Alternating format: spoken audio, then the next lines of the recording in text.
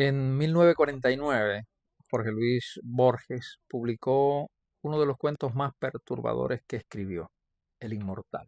Bueno, creo que en general muy al estilo Borges. Él describe que era una noche en un jardín de Tebas cuando Marco Flaminio Rufo, que era un tribuno de una legión romana, vio llegar a un jinete ensangrentado. Venía desde el oriente. El jinete rodó del caballo y con una voz insaciable, dice Borges, le preguntó en latín si el río que bañaba los muros de la ciudad tenía determinado nombre. Cuando Flaminio le respondió, el jinete sacudió la cabeza y dijo, bueno, ese no es el río que busco. El que buscaba era el río secreto que purificaba de la muerte a los hombres. Antes del amanecer ya el jinete había muerto, pero Flaminio Rufo ya había tomado una decisión. Iba a encontrar ese río, iba a encontrar también esa ciudad. Lo que sigue en el cuento de Borges es una expedición que parece una pesadilla. Flaminio Rufo partió con 200 soldados, cruzó desiertos, atravesó pueblos de hombres que dice Borges que devoraban serpientes y carecían del comercio de la palabra. Perdió soldados de fiebre, de locura, sobrevivió motines, huyó herido por una flecha, erró solo durante días, sin agua, bajo el sol, hasta que su caballo lo llevó a una montaña donde en la ladera había nichos excavados en la piedra. Y desde uno de esos nichos vio al otro lado un arroyo y vio la ciudad de los inmortales. Así que Flaminio Rufo bebió del arroyo y fue entonces cuando vio a los hombres. No estaban dentro de la ciudad, estaban fuera de ella, viviendo en nichos excavados en la montaña, desnudos, de piel gris, de barba larga y negligente, y tirados en la arena como sin ver nada. No construían, no hacían nada. Borges los describe como pertenecientes a la estirpe bestial de los trogloditas. Flaminio Rufo entró a la ciudad solo, y lo que encontró fue algo raro, una arquitectura que había sido construida deliberadamente para no tener sentido. Corredores sin salida, ventanas inalcanzables, puertas que daban a celdas o a pozos, escaleras que morían en tinieblas o precipicios. Pensó primero que era una fábrica de los dioses, después pensó que los dioses que la edificaron habían muerto, y finalmente concluyó que los dioses que la edificaron, bueno, estaban locos. Después Borges reveló lo que había detrás de todo eso. Es decir, los hombres que vivían en las cuevas eran los inmortales y ellos habían construido esa ciudad laberíntica e irracional como el símbolo al que condescendieron, una especie de parodia del mundo. Y después, bueno, la abandonaron y se fueron a vivir en cuevas.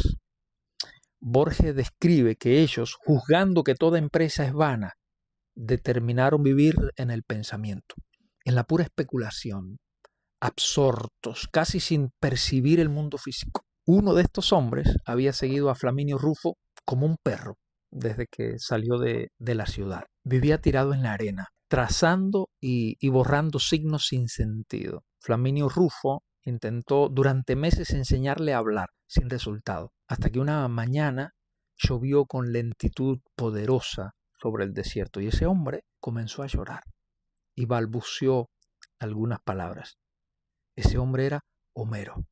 Sí, Homero, el poeta más grande de la antigüedad, el hombre que había compuesto la Ilíada y la Odisea.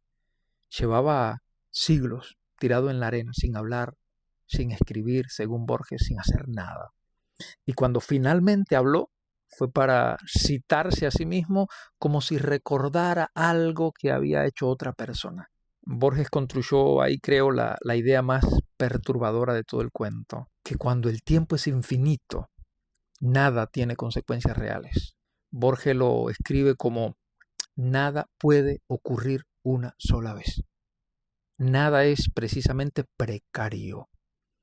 Así que sin urgencia, sin la posibilidad de que algo sea irrepetible, las cosas dejaron de importar, dejaron de ser especiales. Los inmortales no eran más sabios, eran indiferentes. Y la indiferencia es la renuncia a que el mundo te importe. Y creo que la idea de Borges es hacernos ver que no tenemos que ser inmortales para vivir como estos.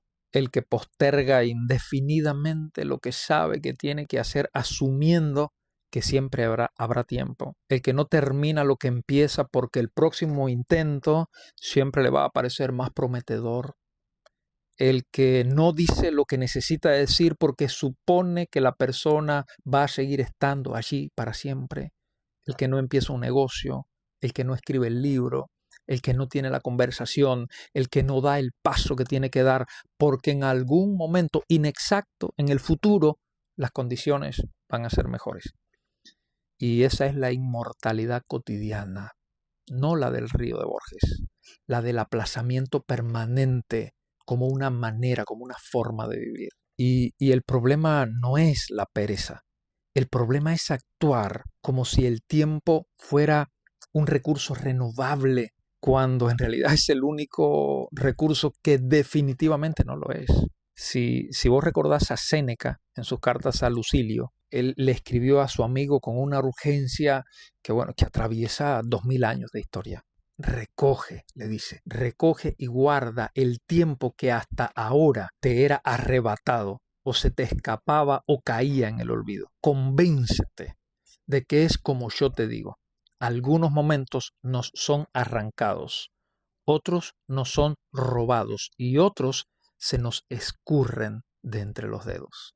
Séneca no estaba hablando de productividad, estaba hablando de que hay que aprender a estar presente. Estaba hablando de la diferencia entre estar en tu vida y dejar que tu vida pase esperando el momento correcto, ese que va a llegar de manera casi milagrosa. Él nos recuerda que el tiempo no es el enemigo de la vida, que la indiferencia sí lo es.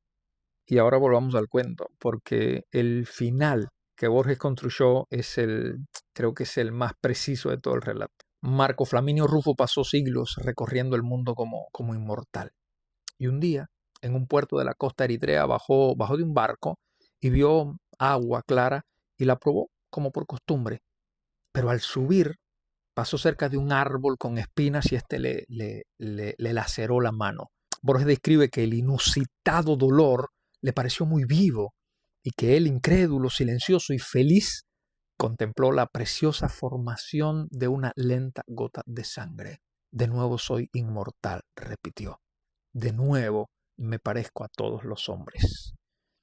Borges escribió en el cuento algo que resume, creo, todo lo anterior. Escribió que vivir en el mundo inmortal es baladí, que saberse inmortal destruye lo que hace que las cosas valgan, porque valen precisamente porque se acaban, que el amor importa porque la persona no va a estar allí para siempre, que el trabajo importa porque el tiempo que vos le dedicás no vuelve, que la conversación importa porque puede ser la última, que la decisión importa porque cierra puertas o abre puertas que no van a abrirse o cerrarse de la misma manera. La muerte no es lo que le quita sentido a la vida, según Borges, es lo que le da sentido al momento, al aquí, a la hora. ¿Qué estás postergando como si fueses eterno, como si el tiempo fuese infinito? Y no lo pienses como un ejercicio filosófico, sino como una especie de inventario personal.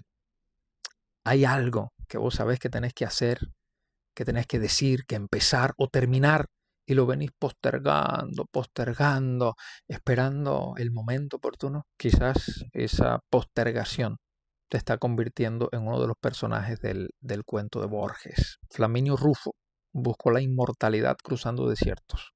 La encontró. Y cuando siglos después una gota de sangre le rodó por la mano, supo que había vuelto a ser un mortal. Y lo que sintió no fue angustia, era recuperar cada cosa, cada momento que realmente hacían que la vida fuera importante. Pensalo.